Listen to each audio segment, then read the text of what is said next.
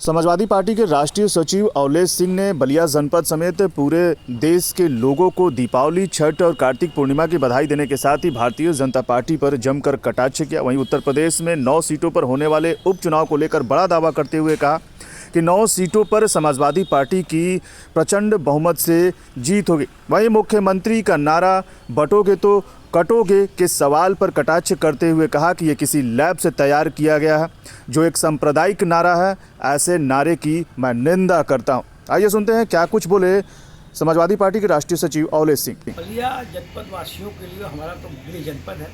अपने जनपद वासियों को दीपावली और छठ पूजा के साथ साथ कार्तिक पूर्णिमा के त्यौहार पर सभी को मैं बधाई और शुभकामनाएं देता हूं। और बलिया ज़िला जो है कार्तिक पूर्णिमा के अवसर पर यहाँ पे लाखों की संख्या में लोग आते हैं।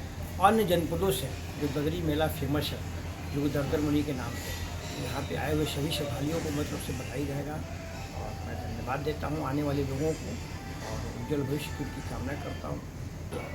इंडिया गठबंधन समाजवादी पार्टी 9 सीट पर चुनाव लड़ रहा है और समाजवादी पार्टी इंडिया गठबंधन चुनाव 9 सीटों पर जीतने जा रहा है। यहाँ तक कि कांग्रेस पार्टी को सीट दी गई थी, कांग्रेस ने कहा नहीं, हमारा भाई चुनाव लड़ेगा उत्तर प्रदेश में और हम दमदारी से अभी आपको देखने को मिलेगा। कांग्रेस पार्टी और समाजवादी पार्टी का ज्वाइंट कार्यक्रम अभी उत्तर प्रदेश में होने जा रहा है और 9 सीट पर हम लोग चुनाव जीतेंगे और भारतीय जनता पार्टी का उत्तर प्रदेश से सफाया होगा। अभी आपने देखा है 24 में जनता ने जो परिणाम दिया है, उससे बेहतर परिणाम आपको उपचुनाव में मिलने जा रहा है। भाजपा ये कह रही है कि कांग्रेस डर गई, फिर वही बात, भाजपा की कहानी और कथनी में इसीलिए उसने सीटों को नहीं लिया। मीडिया के साथियों भाई, आप भाजपा की कहानी और कथनी दोनों में बड़ा ही अंतर है। भाजपा तो अगर इतनी डरी हुई है कि जो चुनाव 13 तारीख को होने वाला था, एक तो टालते टालते अभी एक तो चुनाव ही नहीं हुआ अयोध्या में, 9 पे चुनाव हुआ, उसमें भी टालते टालते यहाँ तक आया कि भाई 13 तारीख के बाद पहली बार हम समझते हैं कि हम लोगों के लाइफ में चुनाव की तिथि, चुनाव आयोग मामले में देखा जाए भारतीय जनता पार्टी केंद्र में भी है, उत्तर प्रदेश में भी है।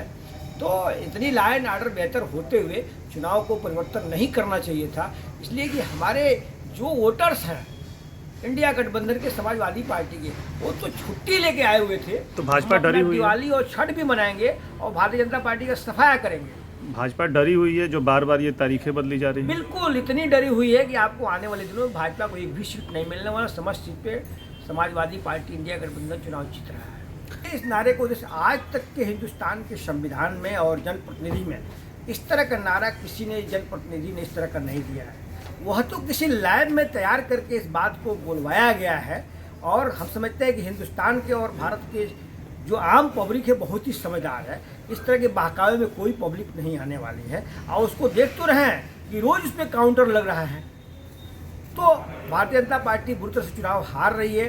हारने के परिणाम इस तरह से बातें जो उल जरूर उनके लोग बोल रहे हैं और कह रहे हैं, इसमें कोई दम दिलासा नहीं। तो ये मुख्यमंत्री का आखिर कैसा नारा है, किसको वो देख रहे हैं कि वो बट रहे हैं और वो फिर कटेंगे? अब ये तो वही बता पाएंगे इस तरह के कहाँ पे लय पे तैयार हुआ और इस तरह से सांप्रदायिक बात को इस तरह के जनता के बीच में और मंच पे बोलना, ये तो वही बता पाएंगे। लेकिन हमारे नेता ने हमेशा कहा है और हम समझते हैं कि पीडीए और पूरा पीडीए ही एनडीए को हराएगा सबसे पहले, और उत्तर प्रदेश में हरा के दिखा भी दिया।